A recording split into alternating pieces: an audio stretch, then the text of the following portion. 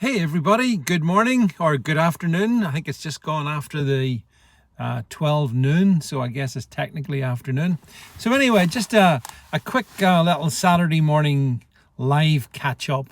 So hope this finds you all well as I enjoy the absolute delights of this Saturday. And outside it's been raining so heavy that the ducks have run for shelter. So it's a lovely May day, really wet, also really cold as well actually. So the perfect combination, you may think, for going to a beer garden. Not that I am, but anyway, that would be one of my entertainment options for today. So on a day where it's been really wet and on a day where it's really cold, but we can still go and have a pint in the local beer garden. Doesn't that sound so attractive to me? I wonder, does it sound attractive to you as well? And maybe it does, but I can. Hi, Angela. You're very sensible. Sat by the radiator. I've got. I regret not putting my thermals on today, but hey, it is May. So what is it they say? Never cast a cloud until May is out. But here we are. Here we are together. So I wanted to just talk through a few bits and bobs with you whilst I've got you there. So first of all, suffice to say, if you're watching this on you're obviously watching this on YouTube, streaming to YouTube, make sure you Paul, what do you think about Anne-Marie's election in Hartlepool? I don't know, has Anne-Marie got elected? I'm not sure. So if you can let me know on that one there, that would be great. So yeah, this global warming is killing me. I'm so cold. We need more global warming, folks, not less global warming. That means we need more carbon emissions. We need more industrial activity. We need more flights. Those are the things that we need. If we're going to get the temperature where I live up above, let's say, -5, that would be quite cool. Yeah. Paul Williams, I think her results are being declared this afternoon. Yeah. Well, look, as I wanted to touch on the election results first of all. I did put out a video. You may have seen it here on YouTube. Just a quick overview. England has fallen to Stockholm syndrome. Watch the video, I explain why. Scotland's an SNP infested mess, and Wales apparently loves Mark Drakeford and his fetid socialism. So on that basis, folks, as I've said in the video, hey, we're behind enemy lines. It's 1941, we're behind enemy lines. That's the reality of it. British people have been traumatized. They're voting in ways which guarantee their captivity, guarantees the government can do whatever the hell it wants. That's the British electorate for you. Don't you just love them? Oh, I love them so much. I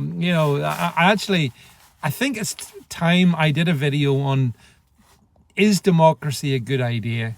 I'm thinking of doing one of those with a special guest actually, because I'm increasingly of the view that the election methods that we have don't really work. We're being governed by imbeciles who are supported by cretins. I think that would be one way of looking at it.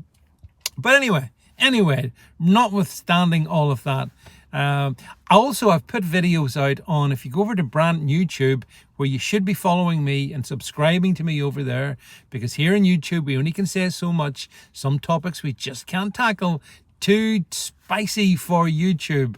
But if you follow me over on brand YouTube or on Odyssey or on BitChute, you can find content which is going to be exclusive to those platforms from me. And that's where I can tackle the meaty subjects, not the kind of the more, let's say, reserved contents for YouTube. So, we need to understand that big tech, or deep tech as Alana Mercer calls it, is the enemy. And brand YouTube, Angela, if you go below any of my videos, you'll find the link to it. Look upon it as YouTube, but with free speech. Yes, it's not as fancy a platform as YouTube, but listen, if we don't unhook ourselves from the dopamine hit of Twitter, Facebook, and YouTube, we're doomed, because you can't talk about stuff.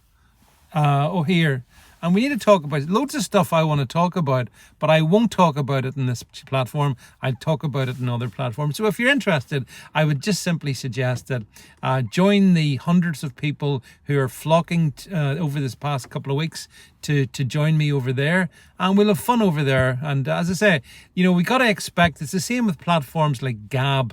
I know they're not as good as Twitter. I know that Parler's been down. I know the last 3 or 4 days, I think, maybe longer. I know all that.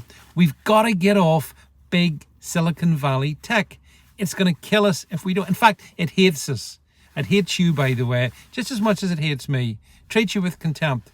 So anyway, that being said, hands up everyone who's booked their fortnight for a fortnight lovely holiday down in South Georgia. Has anyone done that? Because, as you know, the government has released its green list, the green list of locations that you can go to. Now, I have done a separate video on that. It's over on brand YouTube if you want to watch it. But just summary position, I just laughed at it. It's so funny. The government is treating people, it's just taking the proverbial out of them. Hey, folks, good news, you can go to Australia. Bad news, Australia won't accept foreign travellers. Good news, you can go to New Zealand. New Zealand won't take foreign travellers. And so it goes. So it turns out you can go to really great places like Iceland. I've been to Iceland. It's very nice. But there again, you have to wear masks if you're wandering around in shops and stuff. So no thanks. You can go to Iceland. You can go to, yes, the Falkland Islands. You can go to the Faroe Islands. Can you see what the government's doing? It's laughing at you. It's absolutely laughing at you. I'm surprised they didn't say Antarctica. Yeah, you can go to Antarctica. Have a lovely break in Antarctica. That's essentially the level of this government. And you see, this is where it goes to the Stockholm Syndrome. The argument is this, that people have been so hypnotized, propagandized, captured by government that when it throws them a little crumb like, you want a holiday and you've been good boys and girls and had your vaccine, maybe 2, got your little vaccine passport, you've been good boys and girls and you follow the COVID rituals, right, we'll allow you to take a week to the Falkland Islands, where it's about -20 so many months of the year. I think I saw a price, by the way. You can do a little cruise around the Falklands. It's only 12.5 grand. So that's pretty reasonable, isn't it? I mean, everyone's been earning so much money over the last year since the government closed the economy down. So maybe you fancy that. Portugal's on the list, though. But again, I'm not sure what the conditions are. You can get to Portugal, but you've still got to be able to provide them with your vaccine passport or proof of a negative test. Number one, I'm not taking their vaccine. Number two, I'm perfectly healthy. I've never been better for the last year and quarter, whatever it is, since this pandemic. Dave Barker says having a 6-foot distance between people is what Satanists do. Well, the thing about that, I would say, when I see the absolute state of the mask-wearing hordes, I'm quite happy to be apart from them. Do you know what I mean? Don't get me wrong. I don't necessarily want people that stupid so close to me. I don't know that that's a good idea. Don't know how you feel about that. But yes, I mean, I obviously abhor all the rituals of COVID. But anyway, the government has allowed you to go to places that you can't go to, or places that's so cold, so miserable, so bleak. Oh, and by the way, there's no flights to some of them. Yeah, that's more or less where we are as of May 17th. So I hope you all really feel that you've got your money's worth from having your vaccination. Yeah, Dave, I'm with you. As you see, no mask here. I've just been out. I'm not wearing masks.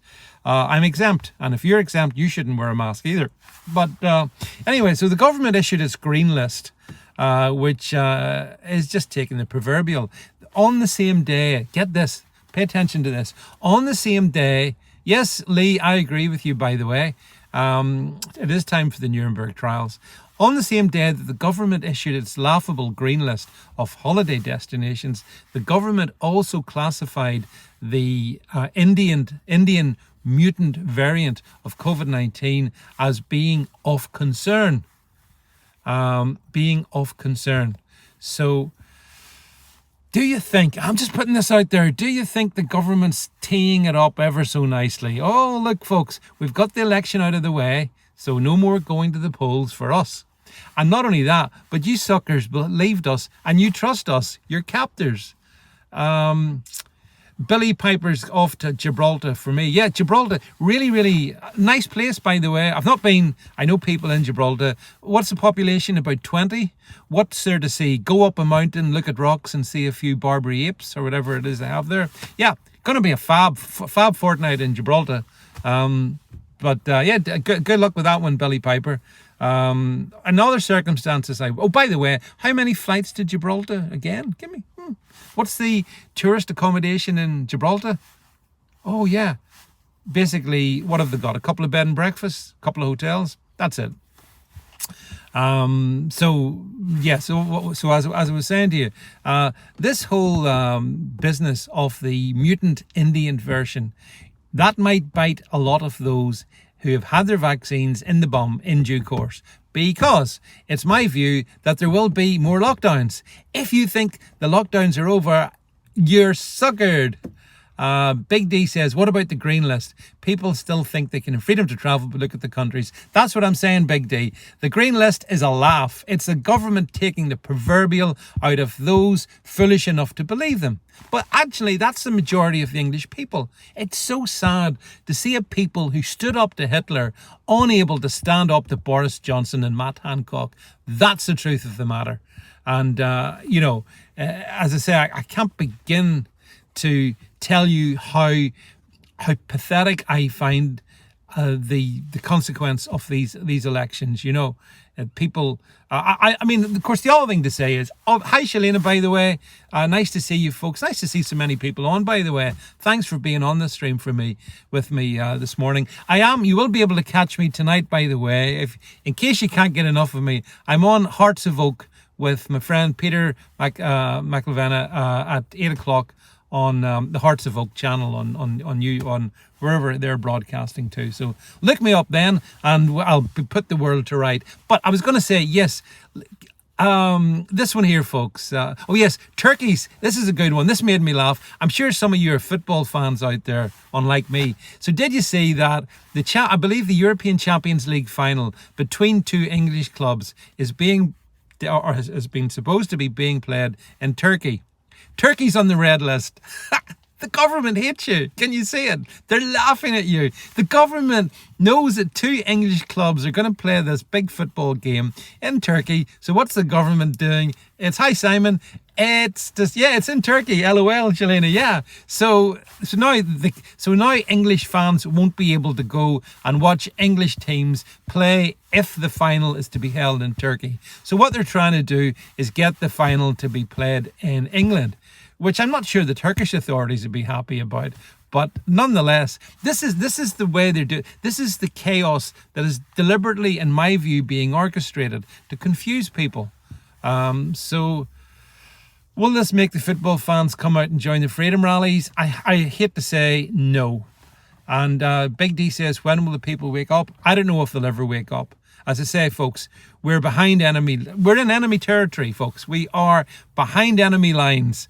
That's how it is, and we have to accept that, in my view. So it is, it's kind of depressing. I was going to say, what did you think about the Labour performance, by the way?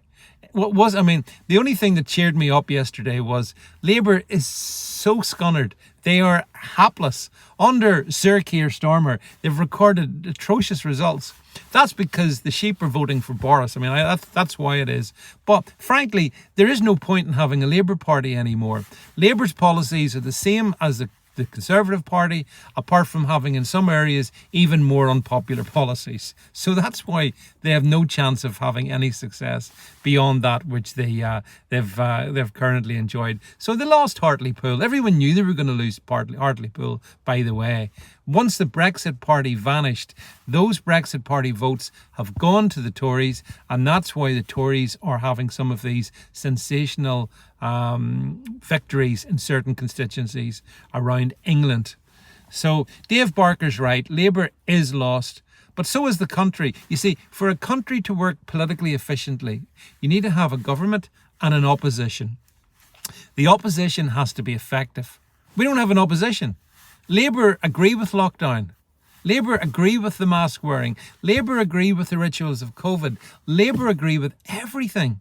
They, in fact, thought that we should have locked down earlier. harder, faster.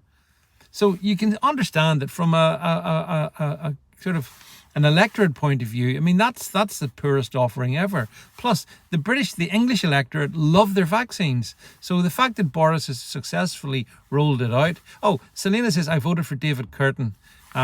David's a good guy, by the way. I spoke with David recently in the past week or so. I don't know how David's done. I mean, the one thing that would amuse me would be if Sadiq Khan lost the London mayoral election. I know it was very close at the end of the first day, but that's because a lot of the areas where Sadiq would have a strong vote hadn't been counted yet. They'll be counted today, and I suspect he will win. But don't get me wrong, I'd love to be proven wrong. I'd love to see the Conservatives actually win London, just to get rid of Sadiq Khan. Carnage, as indeed Salini, is something we need removed, and so maybe, who knows, maybe Sean Bailey will prevail. I doubt it, but we'll see. It's interesting to see that other parties like Lawrence Fox and Fox's party have not made any inroads at all. And that seems to be the case of, the notion that we're going to have small parties make breakthroughs, I think, is illusionary, as the results will prove, I fear, by end of play today. But we'll see. I don't trust the thing about the Conservatives is if you like the idea of reckless spending, budgets being busted, huge debts being run up, lots of unemployment, tyrannical authoritarianism, vote Tory, and that's what you've done. But by the same token, if you live in Scotland and you voted for the SNP, you also love rigid authoritarianism. If you voted for Labour in Wales, you love socialism and steroids.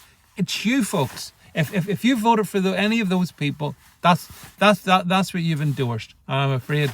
No, I didn't have a vote this time around, but I know that lots of people haven't voted. That's the other thing.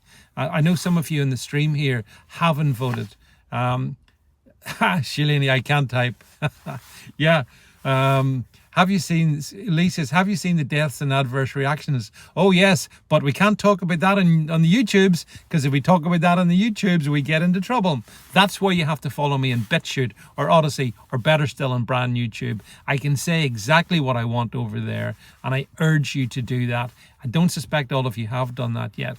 But as I say, we want to have conversations in these things, but it's really difficult when you're constrained by big tech, which we are on these platforms. So look, that's it from me. As I say, a cold grey day. Thanks, Lee, for following me over in BitChute, but try and follow me, Lee, on brand YouTube as well. Listen, I know it's a pain. If you're used to YouTube and it's swish and it's nice, it's such a pain to have to go somewhere else. I get that. But big tech wants you to think that.